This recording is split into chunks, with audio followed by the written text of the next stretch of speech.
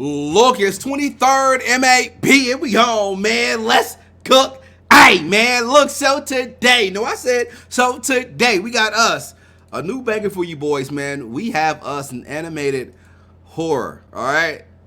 Animated horror, Onlyfans animated horror. I don't know what this is about, man. I think I did this before on my channel, but somebody else was like, hey, man, you should really go ahead and check this out. It's dope. I'm ready to do it, man. Look, I'm in the Halloween spirit. I love this time of year, man. I'm really excited about it.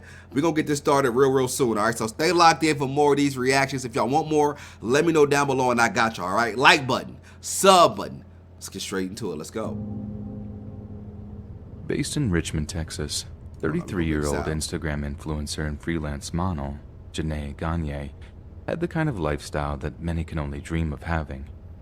Having amassed over 2 million followers on her various social media profiles, Gagne reportedly netted a six-figure income as a result of her many sponsorship and endorsement deals. Using the pseudonym Mercedes Moore, Gagne's social media followers included the likes of Cardi B, Megan Thee Stallion, Snoop Dogg, and Meek Mill, meaning that by August of 2020, she was arguably one of the most famous social media influencers on the planet. Like many of her peers, being introduced to the website Onlyfans presented Gagne with a lucrative opportunity. Interact even more intimately with her gargantuan online following, whilst also opening up a potentially massive new revenue stream. But according to Janae's father, Mark, the titanic amount of attention she received brought just as many problems as it did benefits. We kept her real private. Not even some of her friends knew her real name. They just called her Mercedes. I moved my daughter into new apartments 3 times because of my insecurities, he said late last year. The sheer number of people following her online had scared me, he continued. Some of them followed her because they admired her, loved her even, but some were crazy and obsessed. It was just obviously unhealthy. So at around 4 p.m. on Sunday, August 29th of 2020, when Mark Gagne hadn't heard from his daughter for almost 48 hours, he decided to stop by her home in Cortland Apartments to check on her. He pulled up, knocked on the door, but no one answered. Mark Gagne then pulled out his cell phone and gave his daughter a call, swearing he could almost hear it vibrating from somewhere inside.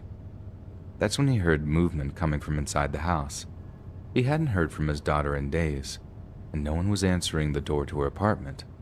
So who was moving around inside? Mark Gagne said that he began to suspect something was horribly wrong. So in the next instant, he reeled back and sent his foot flying into the lock, kicking it open in one furious attempt. The sight that greeted him inside instantly broke his heart. There was his beloved daughter, lying lifeless at the bottom of the stairs. Jeez. Her apartment had been completely trashed, and there appeared to be lipstick graffiti all over the walls of the apartment.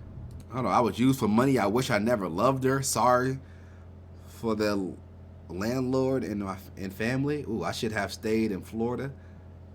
Damn. She broke somebody's heart. Damn. That's crazy. Oh, he wrote that in blood. That's how you know niggas was crazy. You start writing shit like this. You start writing like love letters in her blood. You a crazy nigga. Go ahead. Yet before he had a chance to read any of it, Mark Gagne heard a noise coming from upstairs. What's this nigga named Mark Gagne? Mark says that in the heat of the moment, he thought his daughter might have fallen down the stairs and broken her neck. But hearing something coming from upstairs had him bolting up to that floor as fast as his legs could carry him.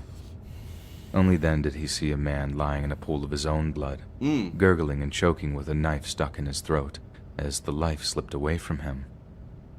Mark demanded answers from the dying man, but it was too late. Yeah, what do you expect him to say? Give you a full conversation? Look at him on the floor. What'd you do to my daughter? Like, nigga, look at him. That boy dead. And I ain't gonna lie to you, I'm petty. I ain't gonna lie to you. I got that wrong, because I'm thinking, if this is the nigga who killed my daughter, I'm getting a few more kicks in before he die. I ain't gonna lie to you. That's just me. I'm kicking the shit out of him at least 3 or 4 more times. You gonna know on your way to hell. You gonna remember them kicks, nigga. You gonna remember them. I'm gonna kick the dog out that little nigga. I don't care.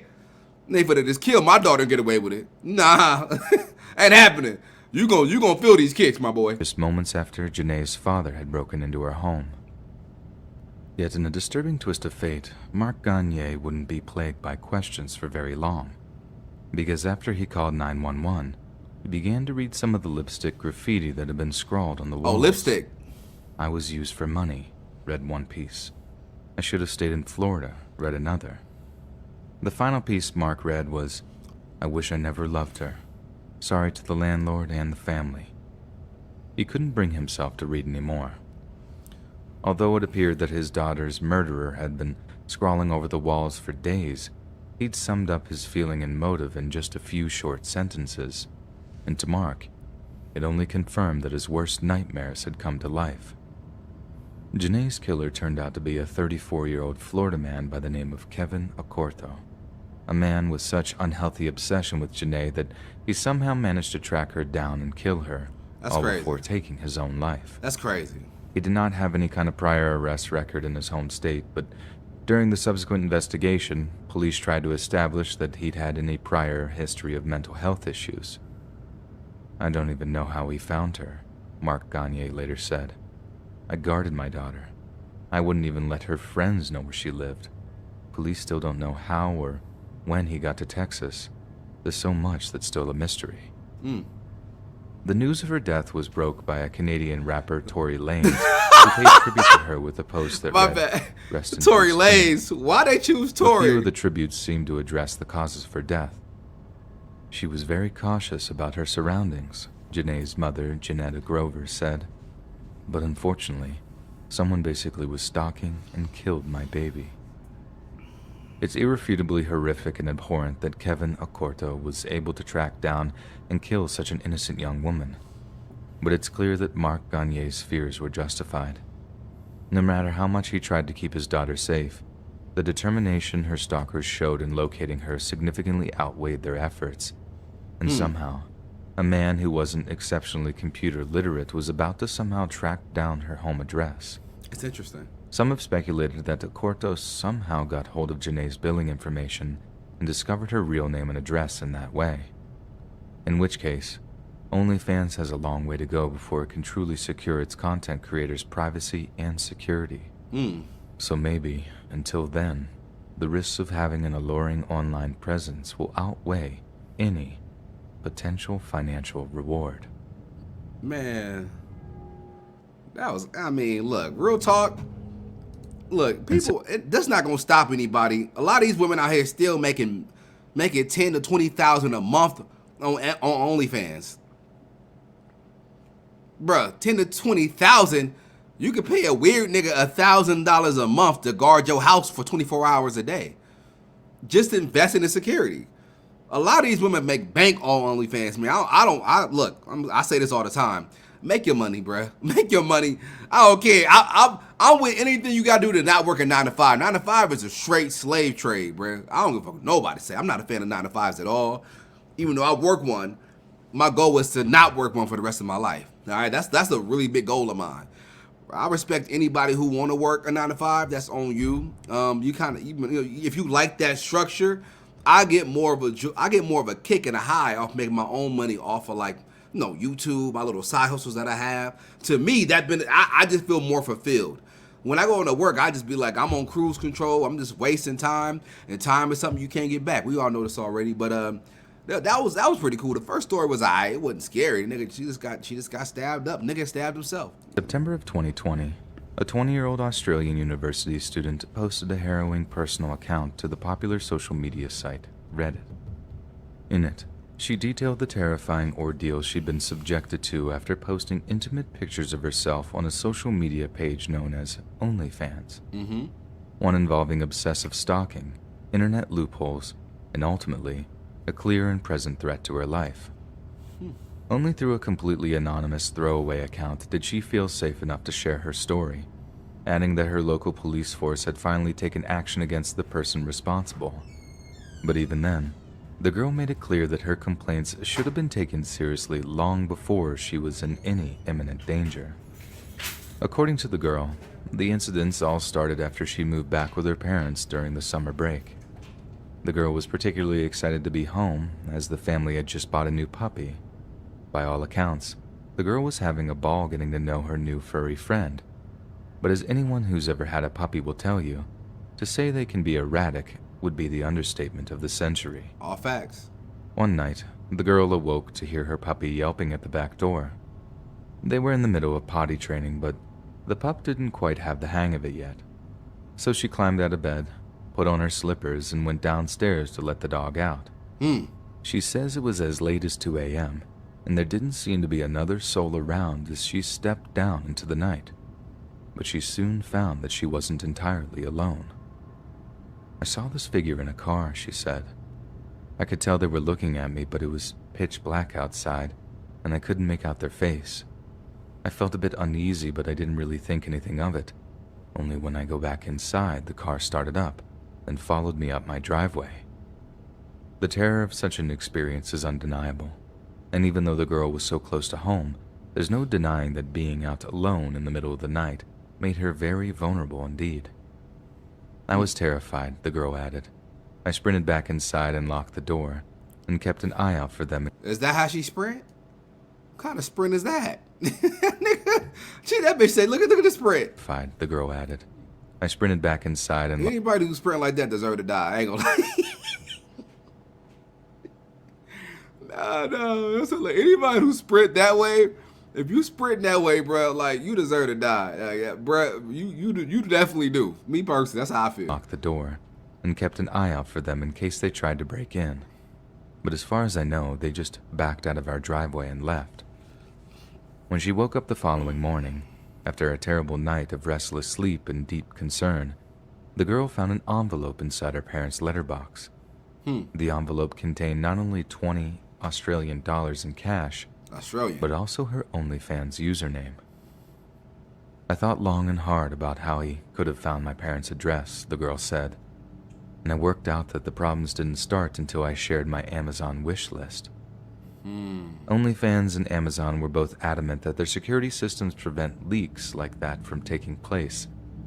However, it appeared that wasn't the issue, as third-party sellers are not bound to the same data protection laws as large multinational companies. Very true. Although she doesn't know for certain how her stalker got her address, the girl is 90% sure that they got in touch with a third-party seller and obtained her home address in that way. Whether it was money, coercion, or intimidation that caused the seller to give up the info is another question entirely, but the fact remains that it's the most likely of all explanations. After that, when I moved back to the college town where I was studying, I stopped posting content, the girl goes on to explain. But somehow my stalker still managed to track me down. The girl said she basically closed down her OnlyFans account, then started a YouTube account because of how unsafe the former felt. Her first big vlogging project was due to be a shopping trip to a local mall, but when she got to her car to depart for the day, she found it had been ransacked. Damn. The vlogging camera was missing too, she said. Why they fucked that Camry up? I know, it's my fault for leaving it in the car, but I was using it the night before, and since I lived in a gated area, I didn't think I would be unsafe. Yet she added that the camera was inside of her glove box and contained an SD card with unreleased photos and videos on it. Oh, shit. It was almost like someone knew it was there. Ooh. But as bad as that was, it only got weirder from there. That wasn't weird enough? She eventually contacted her building's security personnel, asking if they could review security camera footage from the previous few nights. And it was through this that not only did she see a man break into her car and ignore other cars in the parking lot, but she also had proof she was being deliberately singled out for targeted harassment. Went straight to the car. After they got the camera, they walked around the duplex until stopping near my window, the girl wrote. My bedroom faces an outside street and the blinds are broken, so it's very easy to see in. I have a curtain, but it doesn't cover my window all the way. Damn. Look, what I'm trying to say is, this person watched me sleep for an hour or so. I have no idea why they didn't try to break in, but thank God they didn't. The woman explained her camera was later recovered at a nearby secondhand store, suggesting whoever is stalking her has a prior history of criminality. However, she added that the camera's memory card was missing.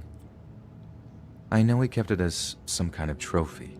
I just know it, she added, and has since moved and hopes her stalker hasn't followed. I believe the police are still trying to track them down, but I have broken my lease and moved to a new place, so hopefully this will keep me safe. But what's so scary about the girl's story is that it seems like only a matter of time before this stalker decides to take things further. Unless they're caught, stalkers will only ever escalate their activities until their obsession reaches a deadly and permanent end. Man, this shit was ass. Stop sending me shit like this, please. Yeah, that wasn't scary at all. Like, that shit wasn't scary at all. I just wasted my fucking time. That was not scary. Like, it wasn't one jump scare. One person got stabbed up for nothing. The other person just sitting there and got a stalker. How's that? Y'all would have, man, don't send me no shit like this no more, y'all. Send me something that's gonna actually, if you didn't get scared off of this, don't send it to me. And believe y'all niggas sent me this, like, a lot of y'all sent me this video like it was something, like it was revolutionary or some shit. Stop, don't do that. Please, stop. I'm in the Halloween spirit. Don't kill my spirit off this bullshit, bro. Anyway, man, look, hit the like button, sub button. I'm gonna see you boys soon, man. I appreciate y'all, man. Tell me what y'all think down below. That shit was definitely overrated. It was definitely, I like scary shit. So yeah, I'm a little disappointed, man, but it is what it is. I love y'all though. I still rock with y'all, man. Like button, sub button. See y'all boys soon, man. Kingston, Majesty. Aight.